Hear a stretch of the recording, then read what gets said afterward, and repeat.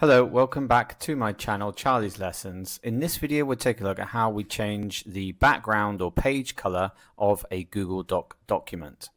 So first, we're going to go to the Apps Launcher, going to go to Docs.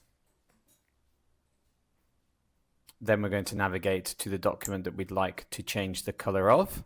The first step is go to File, then Page Setup, and choose the whole document and select the color that we'd like to change to. For example, green. And here the whole document is green.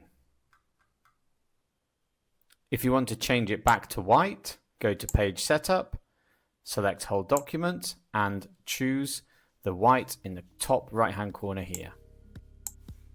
Thank you for watching this tutorial on how to change the background or page color on your Google Doc document. I'll see you in the next video.